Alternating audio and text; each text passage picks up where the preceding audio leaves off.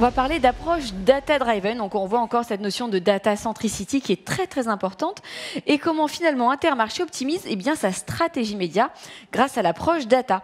Pour en discuter, j'appelle Hervé Ribaud-Schinberg, directeur média, trafic et acquisition d'Intermarché, Galienne de Tournemire, directeur délégué de Zénith, et enfin Laurent Landel, président de Bonial France. C'est à vous.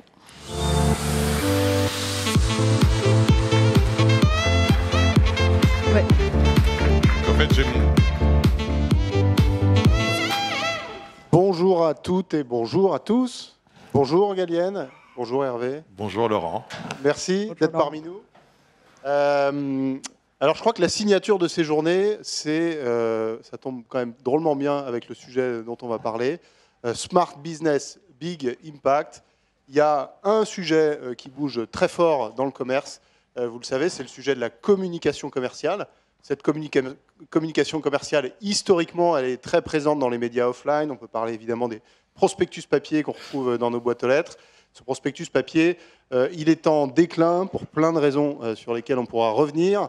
Il y a des distributeurs, et pas des moindres, Leclerc, qui ont annoncé qu'ils arrêtaient la distribution du prospectus papier.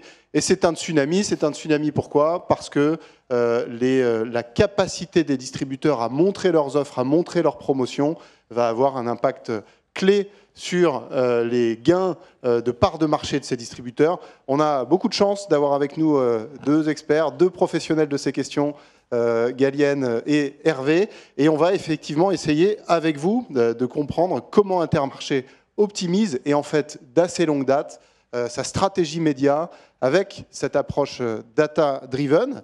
Et on va démarrer tout de suite dans le vif du sujet.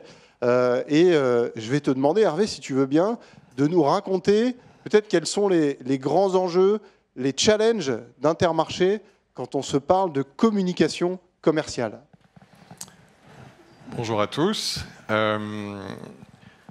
Les grands enjeux sont multiples chez un retailer, enfin un distributeur comme Intermarché. D'abord, c'est de gérer son maillage qui est très important.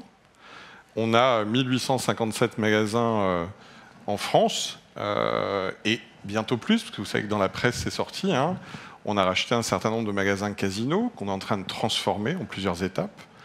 Mais notre souhait, c'est pas de faire du carpet bombing, parce que ça, c'est le media planning des années 80. Et c'est d'être extrêmement précis et donc d'être très efficace autour de chaque magasin pour la communication de ses promotions, pour la médiatisation de ses promotions, parce que c'est ça l'enjeu de l'arrêt de l'ISA, de l'imprimé sans adresse, qui était le prospectus papier. Et puis après, on est sur des injonctions contradictoires importantes, qui sont à la fois la loi de Crozaille qui nous demande de faire moins de promotions, alors qu'on est en plein dans une crise quand même d'inflation pour les Français. C'est un peu complexe, tous les jours de relations avec le ministère de l'économie. Et autre chose, c'est qu'il y a des expérimentations qui sont faites en France. Il y a une quinzaine de grandes villes où on a dit stop au papier. On fait l'expérience d'arrêter la distribution des prospectus en boîte aux lettres.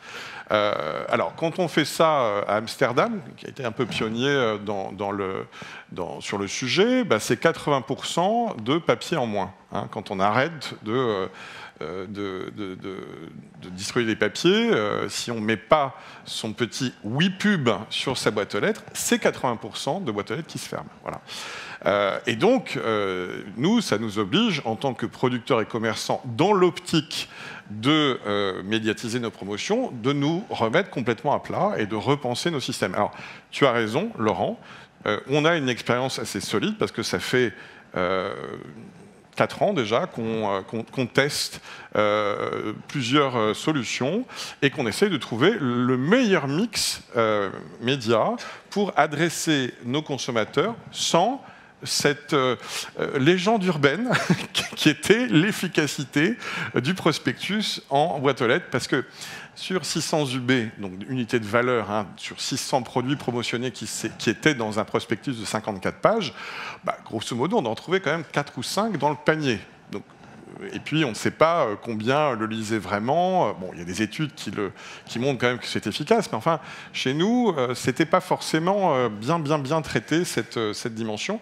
Donc, on a décidé d'être extrêmement volontariste sur la manière d'étudier, de qualifier l'efficacité de ces prospectus. D'abord, on a mis des balises Kairos, des balises NFC dans 90%, 96% même de nos magasins, pour identifier s'il y avait des incréments de visites suite à nos campagnes digitales. Et puis, on a aussi sélectionné des acteurs qui étaient capables d'adresser très finement nos magasins.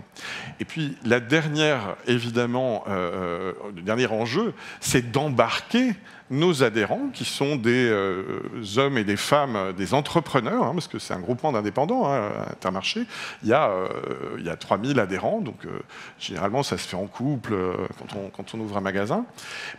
Il faut les acculturer, il faut leur expliquer, parce que c'est un océan d'inconnus digital. Même si vos enfants, nous, en tant que professionnels, on baigne dedans toute la journée, expliquer à un chef d'entreprise qui a autre chose à faire toute la journée que de comprendre exactement ce qui se passe dans l'analytics, les voies de retour, le programmatique, les DSP, les inventaires, tout ça, c'est des trucs qui sont quand même assez complexes à métaboliser.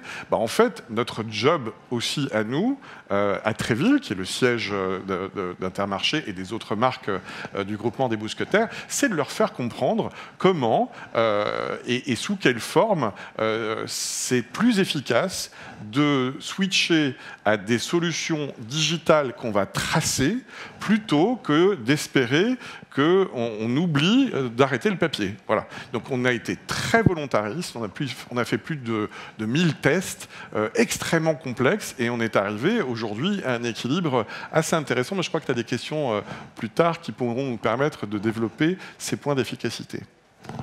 Oui, merci Hervé. Donc c'est intéressant ce que tu dis. Hein. C'est-à-dire que là, il y a une redistribution des cartes qui est assez inédite dans l'histoire du commerce. Hein. Si tu prends la loi de Crozaille qui vous interdit de vous différencier par la générosité de vos offres, et si tu prends le WePub qui contraint aussi la manière de diffuser les offres commerciales, les distributeurs qui arriveront à trouver le bon mix de communication pour le même budget, peut-être un peu moins, tant qu'à faire, à continuer à faire valoir leur image promo pour gagner des parts de voix, gagneront des parts de marché. Alors, sans dévoiler les recettes... Pour être juste super précis, et être même carrément dans ton axe, c'est que quand on distribuait des prospectus papier en boîte aux lettres, on était tous égaux. Ouais. On était tous égaux, parce qu'on distribuait tous. Aujourd'hui, comme on est devant une rupture de médiatisation, puisqu'on n'aura plus les papiers, il faut qu'on trouve les bonnes solutions. Et là, on est tous à poil, pour être un tout petit peu vulgaire, mais il faut qu'on développe des solutions ad hoc et qui nous soient efficientes. Ouais, et je pense que c'est ça qui va être passionnant dans les prochains mois, parce que ces prospectus papier, tout le monde les distribuait, on ne va pas se raconter l'histoire, ils se ressemblaient souvent un petit peu, et donc... T'as pas regardé les nôtres. Non, les vôtres sont très différents, évidemment, mais là, il y a une vraie opportunité de différenciation pour les distributeurs, et alors, sans dévoiler de secret, c'est quoi vos partis pris? C'est quoi qui va faire la secret sauce d'Intermarché qui va vous permettre de gagner ces parts de marché que vous êtes déjà en train de gagner d'ailleurs? Alors, je ne sais pas si c'est la secret sauce, en tout cas, c'est la sauce qu'on a mis à disposition de nos adhérents pour continuer à bien médiatiser leur promotion. Elle est de plusieurs ordres. D'abord, on a choisi des partenaires de médiatisation digitaux qui avaient une manière de cibler extrêmement sophistiquée. Alors, pourquoi elle devait être extrêmement sophistiquée? Parce qu'entre deux magasins Intermarché distants de 3 km l'un de l'autre, les actionnaires sont différents. Voilà. Ça peut être deux patrons qui ne sont pas de la même famille et qui se tirent un peu la bourre pour attirer le chaland. Alors, il n'y a pas beaucoup de solutions, si vous voulez, qui sont aussi sophistiquées pour faire ça. Et on en a trouvé d'eux, et donc on est assez satisfait de ça, parce qu'il faut vraiment reconstituer le bon bassin de chalandise autour du bon magasin, et adresser la bonne pub qui va diriger vers le bon magasin. Donc ça, c'est très complexe. Et puis, ça, c'est notre première branche, une branche qui est plutôt push. Voilà. Et on a une branche pull, auquel on croit aussi beaucoup. Et c'est la branche que Bonial incarne avec, en fait, la mise à disposition. Vous êtes un syndicateur de prospectus, en vrai, hein, digitaux. Et votre audience propriétaire, qui oscille entre 3 et 5 millions de VU mensuels, permet une très très bonne, disons, captation de l'audience et fort en plus des insights que vous récoltez sur la lecture de ces prospectus dans votre écosystème, en fait, quand on vous utilise, on adresse des gens qui sont promophiles, promovores, et ça, c'est très intéressant pour nous, parce que, du coup, on ne tape pas n'importe où. Je vous parlais de carpet bombing des années 80, mais c'est l'anti-carpet bombing, en vrai, Bonial. Et petite subtilité aussi, on achète des plateformes américaines qui ne sont pas encore tout à fait capables de faire 1857 campagnes, on les achète via vous, en extension d'audience, en fuelant notre achat avec de l'audience propriétaire de Bonial. Et donc là, c'est le bon effet qui se coule, le double effet qui se coule pour l'efficacité. Donc c'est la manière dont on résout les choses. Et puis, on ne s'est pas arrêté là. On a aussi, nous, comme je vous disais tout à l'heure, un mindset d'efficience, de calcul de l'efficience. Quand on est arrivé, il y a 4 ans, on étudiait beaucoup le prospectus papier, mais pas beaucoup les retombées commerciales, parce qu'on est producteur et commerçant, il faut bien comment que ça rentre, le chiffre. Hein. On n'étudiait pas beaucoup ça sur le digital. Donc on a mis en place ces balises Kéros, et puis on s'est doté aussi d'une modélisation économétrique, grosse modélisation économétrique, qui nous permet, c'est Sadata Consulting qui nous l'a fourni, qui nous permet pour chacun des leviers utilisés de connaître le ROI. C'est un ROS, mais nous on appelle ça ROI pour que nos adhérents y comprennent, hein, pour que chacun de ces leviers soit étudié. Et on a bien sûr un ROI, mais c'est une clé, c'est un KPI. Notre objectif, c'est de connaître quel est le chiffre d'affaires incrémental qui est généré grâce à ce ROI. Parce que quand je dis chiffre d'affaires incrémental, c'est au-delà des ventes naturelles. Hein, bien sûr, on va à côté, dans un magasin qui est à côté de chez soi, ça c'est parce que ses parents le fréquentaient ou parce que c'est historique, parce que c'est une marque qui nous parle, etc.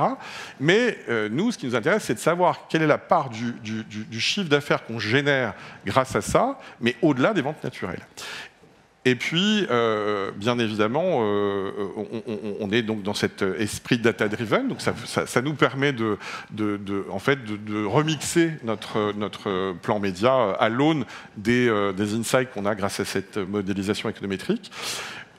Et bien évidemment, on utilise toute la panoplie, pas que ces campagnes digitales, mais on a aussi du CRM. Donc, bien sûr, on a un CRM onboarder, mais on a demain une CDP, une Customer Data Platform, qui va nous aider à bien adresser nos cibles propriétaires. On a 12 millions d'encartés, dont 8 millions actifs tous les mois chez Intermarché, donc c'est quand même énorme comme base de données. On a 1 million de tickets jour Europe pour tout le groupement. Hein. C'est quand même des données extrêmement intéressantes à cruncher. Et puis, du coup, on utilise ça, et bien évidemment, on utilise aussi le magasin, qui est notre premier média. Hein, faut pas qu'il soit en ligne ou qu'il soit physique, c'est notre premier média, et on utilise ça aussi. Et puis, nos partis pris, et le dernier qui est extrêmement important, c'est de confier l'intégralité de cet écosystème national, parce qu'on parle aussi à nos adhérents de manière nationale, hein, enfin à nos cibles, à nos clients de manière nationale, via la télé, la radio, via un certain nombre de médias qui sont extrêmement efficaces, ça on le prouve dans la modélisation, mais il faut bien évidemment rendre cohérent la communication nationale et la communication magasin à magasin que nous faisons. Et pour ça, moi, mon parti pris, c'est de confier à mon agence l'intégralité de cet achat, et c'est elle qui est garante de la cohérence des prises de parole, de la cohérence du choix des éditeurs et des régies avec lesquels on travaille au national et en complémentarité au local, et qui me donne vraiment entièrement satisfaction. Et c'est pour ça, je te le redis, mais elle le sait. Donc c'est pour ça qu'on a ce parti pris pour une question de cohérence. Merci Hervé. Alors Galienne, est-ce que tu peux nous en dire un peu plus sur ce rôle central de l'agence dans cette transition entre le papier et ce mix média digital à reconstituer? Qu'est-ce que ça signifie concrètement pour vous au quotidien? Alors vous savez tous qu'une agence média, c'est notre rôle, c'est de piloter et de choisir le meilleur mix média pour nos clients. Là, la problématique était un peu différente parce que il faut changer les usages. Finalement, les prospectus, ils arrivaient en boîte aux lettres, ils rentraient dans le salon des clients et ils incitaient à se rendre en magasin pour aller choisir la meilleure promotion. Là, aujourd'hui, il faut penser à comment, face à cette absence de prospectus en boîte aux lettres, Intermarché va pouvoir continuer à créer de la préférence. Et pour ça, on a mis en place, plus qu'un mix média, un système, parce que comme l'a dit Hervé, il y a tout un sujet d'industrialisation pour pouvoir diffuser des promotions personnalisées de chaque magasin. Donc il y a un réel système. Et en ayant un processus d'amélioration continue, grand mot dans notre métier, mais qui est une réalité dans ce cas-là, en choisissant nos partenaires et en faisant des tests en continu. Merci beaucoup, Galienne. On va peut-être terminer. J'ai perdu la zapette, mais non, elle est là, parce que le temps tourne. Vous en avez parlé, mais parmi effectivement les médias que vous utilisez, il y a Bonial. Tu l'as dit, une audience importante, une audience affinitaire, parce que c'est souvent des responsables des achats du foyer, à 67%, des gens qui viennent spontanément préparer leurs achats. Et puis, en fait, beaucoup de data, ça pour vous c'est précieux, parce que la data first party de Bonial qui vous permet de savoir qui s'intéresse à quoi dans les catalogues et autour de quel magasin, vous pouvez ensuite la réexploiter en extension d'audience sur les plateformes américaines que tu citais, Hervé. Et comme il nous reste exactement 0 seconde, est-ce qu'on peut juste terminer et parler mesures? Parce que ça, pour le coup, pour les magasins, c'est hyper important. Ils ont la conviction fondée ou, on va dire, intuitive de l'efficacité du prospectus papier, mais le digital, c'est un univers très différent.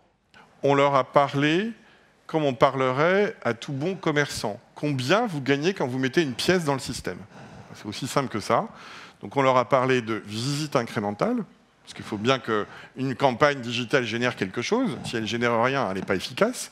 Et cette visite incrémentale, on l'a traduit grâce au panier moyen de chacun de nos magasins et de la taille de nos magasins dans les régions en chiffre d'affaires incrémental qu'on a inclus dans nos reportings.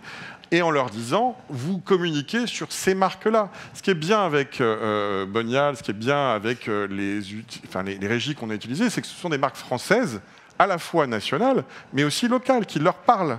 Vous voyez, ce sont des marques qui sont brand safe totalement et qui sont dans leur univers. Et grâce à ça, on s'aperçoit que c'est très efficace. Et qu'en plus, grâce à des retours d'expérience et des chiffres qui sont réinjectés dans le système grâce à Kairos, on arrive à améliorer notre ROI à l'ultra-local d'année en année. Donc, pour moi, c'est tout bénef.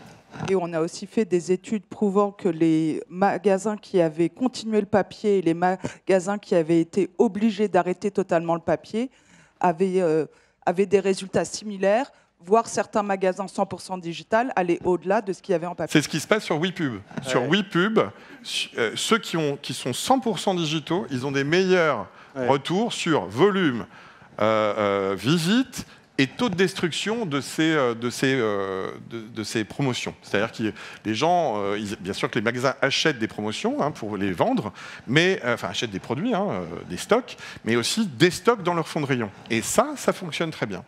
Donc on a a priori trouvé, alors pas la martingale, mais en tout cas un début de quelque chose qui est très positif. Eh bien, bravo, merci beaucoup à vous deux d'avoir partagé tout ça. Je suis sûr que Galienne et Hervé répondront à vos questions hors antenne si vous le voulez.